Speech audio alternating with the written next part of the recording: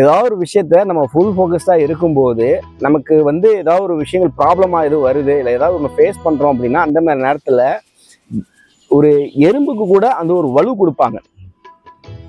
அதுக்குள்ள கடவுள் இருக்காரு. கடவுள் வந்து பார்த்தீங்க அப்படின்னா, இல்லைப்பா இந்த இடத்துல நீ ரொம்ப நேரம் உட்காராத கொள்ளாத அப்படின்னு சொல்லிட்டு இந்த எறும்பு கூட கடிச்சு அந்த இடத்த விட்டு லெஃப்ட் பண்ணி விடும். குளோபல் வார்மிங் ஏதாவது ஒரு டிஸ்ட்ராக்ஷன்ஸ் வந்து பார்த்தீங்கன்னா இருக்கலாம். ஏன்னா அந்த நிலநடுக்கம் சொல்லக்கூடிய அந்த இடத்துல பூமி பிளக்கலாம் கொள்ளலாம், இல்லை மேலேருந்து ஏதாவது ஒரு ஆப்ஜெக்ட் வந்து பார்த்தீங்கன்னா உங்க மேலே உழுவலாம் கொள்ளலாம். இந்த மாதிரி விஷயங்கள் வந்து பார்த்தீங்க அப்படின்னா, ஏன்னா அடுத்த நொடி என்ன நடக்குங்கிறது நமக்கு தெரியாது. நிச்சயமற்ற வாழ்க்கை தான் வந்து பார்த்தீங்கன்னா மனித வாழ்க்கையா இருக்குது. ஸோ இந்த மாதிரி விஷயங்கள் நடக்கும்போது வந்து பார்த்தீங்க அப்படின்னா ஒரு எறும்பு கூட கடிச்சு நமக்கு வலி விட்டும். அப்போ அந்த எறும்பு கூட என்ன கடவுள் தான்.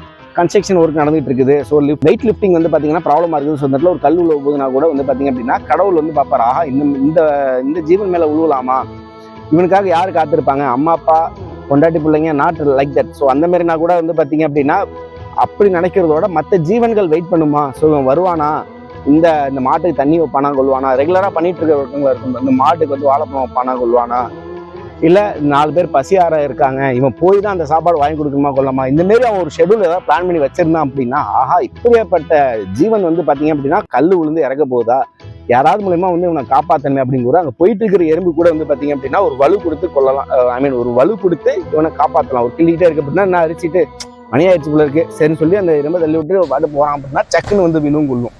ஓகேங்களா? ஸோ கடவுளுங்கிறது வந்து பார்த்தீங்கன்னா வெளியில் தேடாதீங்க, நமக்குள்ளே தான் இருக்காங்க, நம்மளை சுற்றி தான் இருக்காங்கிற விஷயத்த வந்து பார்த்தீங்க அப்படின்னா முழுசாக நம்பும்போது கடவுளை உணரலாம். ஸோ இது எல்லாமே எப்போ நடக்கும் எப்படி நடக்கும்னு கேட்டிங்க அப்படின்னா, நீங்கள் அறம் சார்ந்த வழியில் தர்மத்தின் வழியில் நடக்கும்போது வந்து பார்த்தீங்கன்னா 200% வந்து பார்த்தீங்கன்னா it will be definitely will be happen.